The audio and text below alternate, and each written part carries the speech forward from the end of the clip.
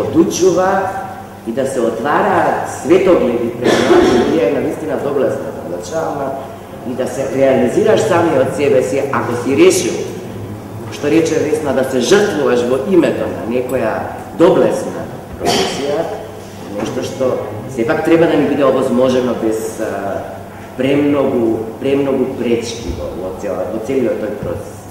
А сега ни се збор колегата Иван Джепаровски, професор доктор Иван Джепаровски од Институтот за филозофија на Добро. Еве јас сакам да се придружам на нашите обиди научно да влезам во онаа приказна дикција за Лавијан и Номеја, да си кажам и да си ја спасам душата, главно на тоа големиот дел од нашите обиди се сведува. Еден мој професор, колега на лекарска катедра, и вие сте често, или нашата катедра за филозофија, знаеше да рече нашите долги и широки. Тоа е Петр Андреевски во филозофија разговорите. Значи, каде да се премени да има безбрежно, кога прашаме за процесот на образованието. Јас ќе одберам само едно прашање и една тема, се разбира со тоа укажување дека долга и широка е приказната и дека треба и локално да се действува, се разбира и глобално, дека не ја не гледам проблеми во размислувањето локално, па од тоа локално размислување и глобални заклучоци да се донесат. Значи, проблемот за мене е клучен на ниво на образование и на ниво на нашиот универзитет, да се врзува за неговата статус. Што јас гледам овде главно и професорите, редово служени после некои 10 утаму дојдени много возрастно има млади, меѓутоа не главно мислам дека се тоа студенти, може би имам некој асистент, но свесно го гледам ова, дори да се заблуда, затоа што мислам дека проблемот е врзан главно за подмладувањето на универзитетот. Ние сме станати на некој начин некаква геронтократска институција, која што и јас сметам себе со 150-та година што се поминал, дека сум од онаа страна да се поведе во некакво филозофство.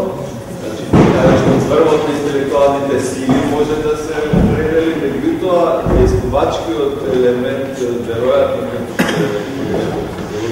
што е со мала задршка.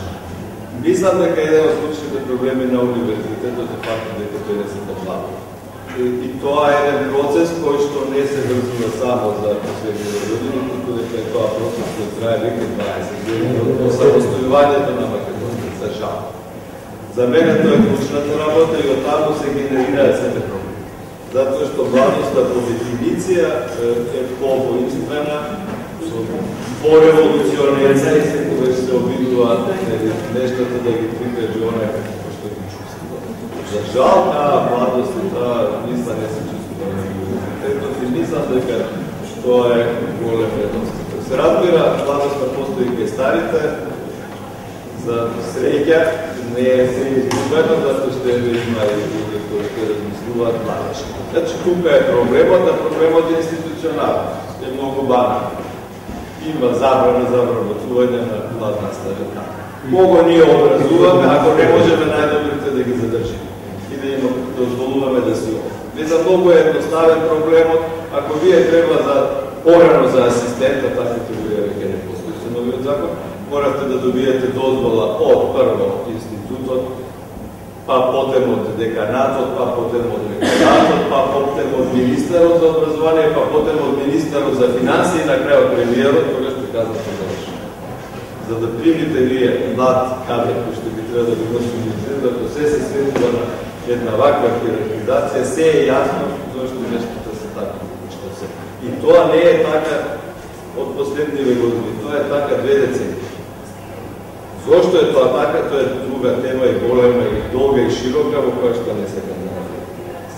Значи, проблемот го гледам во неподмладувањето на универзитетот, тоа е клучната прашање. Потем, проблемот исто така го гледам преди самиот кадар на универзитетот, затоа што тој во основа лесно се навикува основа на некаков комодитет. Да речеме, со едноставен потез тој комодитет може да се намали, во смисла на тоа што ќе се донесе правилник, јас со кој пати сум го предлагал. Бројот на часовите што наставниците ќе го држат над 8 часа нема да се хонови. Видите веднаш дека се таки ги откажат часовите, нема да има никакви жалења тоа што не се држи 15 или 20 часа. Но никој не сака тоа да го пријати. Очигледно дека има причини зашто е тоа така. Потоа, зашто да нема за конкретни се работите, тие може да се реши. Јас секој пат сакам, покрај мојот опит филозофски да размислувам за нешто, ти можам сега да говорам за три типа на меморија, ако сакате, и тоа многу убаво риторички да звучи. Дека ние создаваме студенти овде кои главно ги следуваме на првиот тип на меморија, тоа е оваа меморија врзана за нашето тело, а ги запоставуваме другите два типа на меморија, особено растителната меморија врзана за книгите, немаме заедничка читална, немаме заеднички систем библиотекарски на ниво на факултет, ниту нашето филолошки, а да не зборувам за третиот тип на меморија, кој што се врзува за силиконите, кој што се врзува за компјутерските, тој зборувате од филолошкиот факултет, токму тоа го потенцираше. Значи, можем да зборувам и теориски диспут да направам за сето, тоа е тоа да биде прекрасно, но повеќе сакам конкретно да зборувам, бидејќи во филозофијата има една насока која што се именува како прагматистичка филозофија. Во тој контекст, постојано сум се обидувал со конкретни предлози да ги менувам нешто. Некаде сум успевал, некаде не сум успевал и ќе продолжам и натаму. И натаму мисля дека е тоа единствениот начин со конкретни предлози нештата да се сменат. Ето, повторно да го кажувам, тој сум го кажал, дека се донесе до такво решение, не мора на цел универзитет, но на филозофски. Часовите над 8 нема да се плакат, видите колку нештата ќе се расчистат и колку ќе бидат едноставни. Тогаш нема да има наставник кој што ќе држи 10 предмети различни. Прашање како може да држи 10 предмети. Јас секој пат сум се чудел. Исто ми се восхитувал на луѓето кои има колку многу различни дисциплини може да има да знаеме.